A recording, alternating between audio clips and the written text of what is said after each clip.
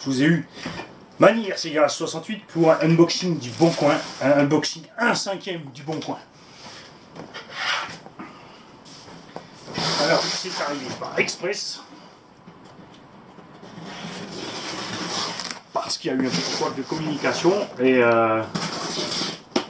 le vendeur s'est bien sûr excusé. Et il a fait le nécessaire pour que ça arrive le plus vite possible, même, je le répète, si tu n'étais pas obligé. À partir du moment que on a communiqué ensemble et que je savais qu'il y avait un petit retard, c'est absolument pas un problème. C'est pas la peine de dépenser une fortune pour envoyer ça en express. Il n'y a aucun souci. Alors, allez là.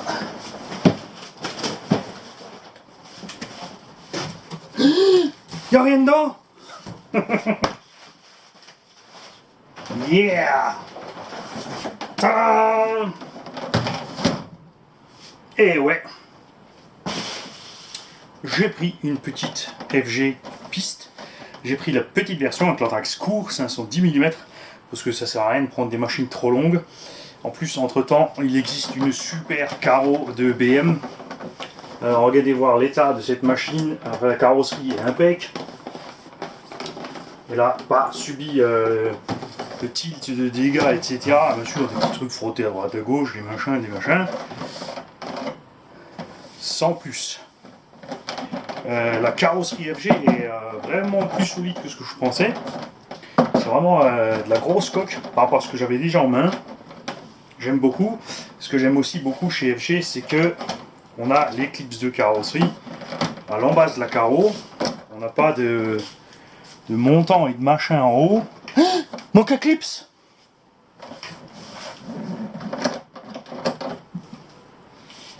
Et sans plus attendre, vous allez voir ce qu'il y a dedans. Parce que là, j'en connais certains qui vont me dire « Ah, il a pris une pétrolette, Mani !» Et non, il n'a toujours pas pris de pétrolette, Mani. Alors, on a des petits phares devant qui fonctionnent avec une batterie séparément qui est fixée ici à l'intérieur avec un velcro pour pouvoir l'enlever, la charger. La carreau a été entièrement toilée. Il a aussi monté des reforts latéraux. Ça, je sais pas, je pense pas que c'est d'origine. Vachement sympa. Et c'est une pétrolette électrique. Donc 4x4 par courroie. J'ai déjà un servo Sabox dessus. Bien sûr, ce moteur FG n'est pas le meilleur qui soit. C'est un truc low cost qu'ils avaient fait au début avec un Vario 6S, un simple Ace-Run 150. Hyper fiable. Increvable ces Vario. J'en ai un qui a une dizaine d'années. Il a tout subi, la neige, la pluie, le vent. Pas moyen de crever ce Vario, j'ai jamais réussi à en flinguer un. Il est encombrant, mais sur un 1/5, c'est pas bien grave. Ce que j'aime bien chez FG, c'est la transmission par courroie. Tout est en bas dans le châssis. J'aime beaucoup aussi, ça me semble pas que c'est d'origine. Il y a une espèce de. Si, la couleur de l'alu là, c'est vachement sympa. C'est une espèce de gris comme ça. J'aime beaucoup. Il y a beaucoup de place pour les lipos. Puisque j'ai des problèmes avec la Losi pour dépasser les 160 avec les cardons centraux qui sont trop fins et qui se mettent à vibrer, à chanter, à swinguer et à exploser finalement. On va donc essayer avec une courroie. Ça, c'est la grosse artillerie, point de vue mécanique évidemment. FG 1/5, il n'y a pas eu d'évolution sur ces 20-30 dernières années sur ces machines ou pas grand chose parce qu'il n'y a pas besoin. Ce que je reproche par contre, c'est que c'est vraiment trop bas, donc on va évidemment la remonter. Le gros point faible FG pour moi, c'est les amortisseurs qui sont un peu minimalistes. De l'autre côté, c'est simple, ça fonctionne. Alors pourquoi se plaindre? Il y a les barres stables dessus. J'ai des pneus. Et j'ai plein de pneus en rab en plus. Donc merci Onfroid, c'est super sympa. Désolé encore une fois pour ce petit couac de communication, mais qu'on a pu, je le répète, régler rapidement. Pour ma part, je vais évidemment tester ce moteur quand même, bien sûr en config 6S comme elle est là. Pourquoi pas d'abord d'ailleurs en 4S comme elle a été conduite. Puisque on voit clairement sur les noix de cardan, tout ça, etc., que cette voiture n'a subi aucun dommage. Elle est poussiéreuse et sale de la piste, mais ça s'arrête là. Le châssis bien évidemment frotté parce que c'est réglé vachement bas. Et c'est tout. Bec externe.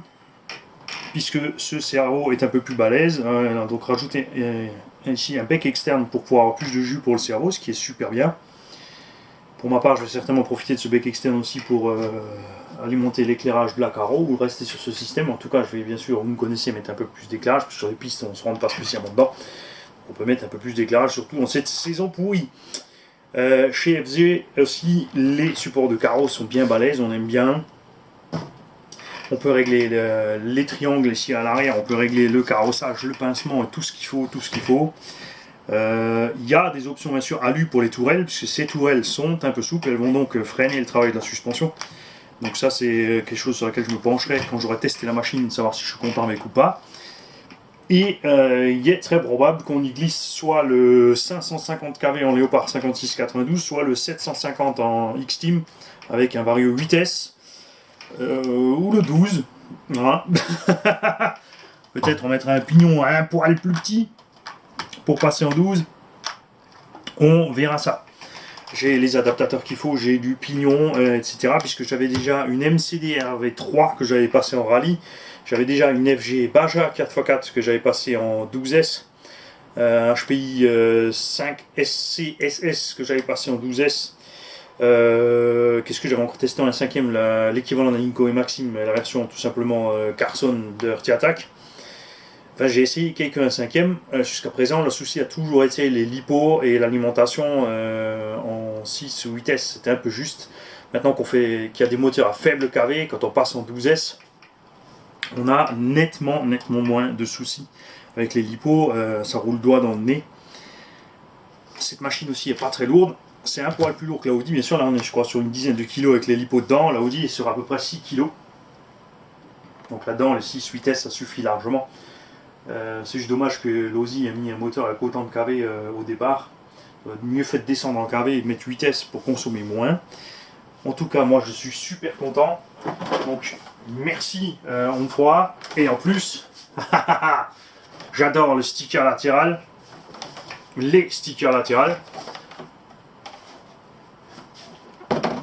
On va vous glisser la carreau dessus, que vous puissiez jeter un œil à la bestiole. Petit dernier coup.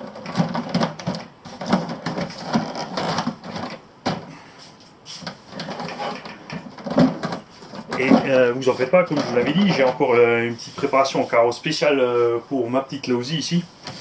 Je suis pas un grand fan de cette carreau de FG Mini, personnellement. Je vais très certainement me diriger vers la BM. Parce que la BM est absolument superbe, ou même la Porsche. Quoique c'est peut-être juste le rouge qui m'embête là-dessus. Mais bon, ça fera moins mal en hiver en cas de touchette. Salut les gars, tout de suite pour un autre unboxing et... Non, je vous dis pas ce que c'est, parce que je sais pas quand ça sort. Salut les gars.